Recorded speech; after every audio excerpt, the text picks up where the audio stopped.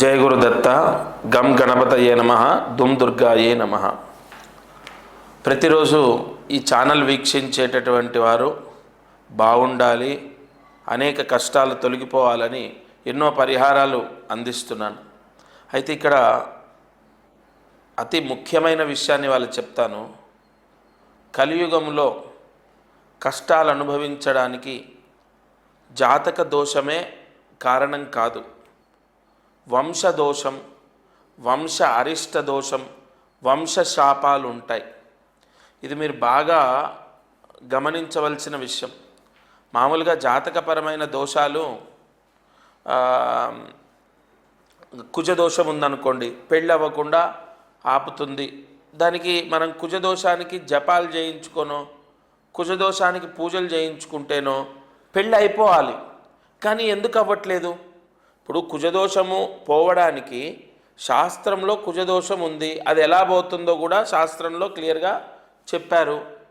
కుజ మహామంత్రాలతోని పూజలు హోమాలు చేసుకొని దానాలు ఇచ్చుకొని మనము ఆ దోషం పోయేటట్టు చేసుకుంటున్నాం. మరి దోషం పోతే వెంటనే పెళ్ళవ్వాలి కదా. ఇక్కడ ఇంకేదో ఉంది. కుజదోషం కానీ ఈ శని దోషం కానీ ఇవన్నీ కూడా మనం కొన్ని పూజలు చేస్తే పోతాయి. అయినా కూడా ఎందుకు మనకు ఉద్యోగం రావట్లేదు? అయినా ఎందుకు అప్పులు తీరట్లేదు? అయినా ఎందుకు అసలు పెళ్ళి అవ్వట్లేదు? ఎందుకు సంతానం గురించి మనం ఎన్ని పూజలు చేసినా ఎందుకు అవ్వట్లేదు? వంశశాపం ఉన్న వాళ్లకు సంతానం లేని వాళ్ళు చాలామంది ఉన్నారు. అంటే ఇక్కడ ఇప్పుడు శని దోషం, ఏలినాటి శని దోషం ఉంటుంది. ఏలినాటి శని దోషం వస్తే అసలు ఎదుగుదల ఉండదు అనుకుంటారు. అట్లేముండదు. శని మంచి చేసిన జాతకాలు ఎన్నో ఉన్నాయి. ఇవాళ ముఖ్యమంత్రుల స్థానంలో కూర్చున్న ఎంతోమందికి శని యోగించాడు. శని యోగిస్తే అంతలా ఉంటుంది. ఏ గ్రహం కూడా అంతలా యోగాన్ని ఇవ్వదు. అయితే ఇక్కడ మనము జాబు లేక చాలామంది జీవితంలో మీరు చూడండి, సరైన సెటిల్మెంట్ ఉండదు. జాబ్ ఉండదు, సరైన ఇన్కమ్ ఉండదు, సరైన సెటిల్మెంట్ అనేది ఉండదు. అంటే ఇక్కడ ఈ వంశదోషానికి జాబుకి సంబంధం ఏంటి అంటే, మీరు జాబ్ చేసుకొని డబ్బు సంపాదించుకొని మీరు స్థిరపడతారు కదా. ఈ వంశదోషం మిమ్మల్ని అలా ఉంచదు. ఈ వంశదోషం అసలు ఎదుగుదలనివ్వదు. ఈ వంశదోషం అనేది అనేక ఇబ్బందుల్ని తెచ్చిపెడుతుంది. వంశదోషం వేరు, పితృదోషం వేరు. మళ్ళీ పితృదోషానికి ఇందులో లింక్ ఉండదు. పితృదోషం అంటే మనము తిలతర్పణం చేయటము, పిండ ప్రదానం చేయటం, లేదా శ్రాద్ధం పెట్టుకోవడం, ఇలాంటివి. ఈ వంశదోషం వేరు. కులదైవానికి సంబంధించిన దోషాలు వంశదోషానికి వర్తిస్తాయి. లేదా వంశంలో ఎవరో ఏదో పాపం చేస్తే ఆ దోషము తరతరాలు అనుభవిస్తూ ఉంటారు.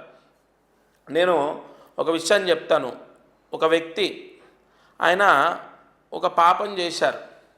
ఒక స్త్రీ దోషాన్ని పొందారు. ఆయన కరెక్ట్గా ఆయన మరణించినటువంటి నక్షత్రం పుష్యమి నక్షత్రము. అదే నక్షత్రంలో 3వ తరంలో ఒక అబ్బాయి పుట్టాడు. అంటే ఆయన ముత్తాత, ఈ అబ్బాయికి ముత్తాత. అదే నక్షత్రంలో పుట్టాడు. ఆ దోషం ఈయన అనుభవిస్తున్నాడు. మేబీ ఆయనే మళ్ళీ పుట్టుండొచ్చు, లేదు ఆయన దోషం ఈయన అనుభవించడానికైనా ఆస్కారం ఉంటుంది. ఏ విధంగా అనుభవిస్తున్నాడంటే, విపరీతమైన ఒక వ్యక్తి ద్వారా విపరీతమైన నరకం అనుభవిస్తున్నాడు. ఒక స్త్రీ ద్వారా బ్లాక్మెయిల్కి గురై విపరీతంగా నరకం అనుభవిస్తున్నాడు. వంశదోషాలు అనేకం ఉంటాయి. ఉదాహరణకు ఒక వ్యక్తి దగ్గర దౌర్జన్యంగా ఒక స్థలం తీసుకున్నారు. అతని ఏడుపు ఆ వంశానికి తాకింది. ఆ వంశంలో 3 తరాలు ఆ ఏడుపు అనేది అనుభవిస్తుంది. ఖచ్చితంగా 3 తరాలు ఆ ఏడుపు అనేది అనుభవించే అవకాశం ఉంది. అలా వంశదోషాల వల్ల మనకు ఉద్యోగాలు రాకపోవడం, సంతానం లేకపోవడం, వివాహం అవ్వకపోవడం, ముఖ్యంగా అసలు ఎక్కువగా ఆర్థిక సమస్యల్లో అప్పుల్లో ఉండడము, ఇవన్నీ జరుగుతాయి.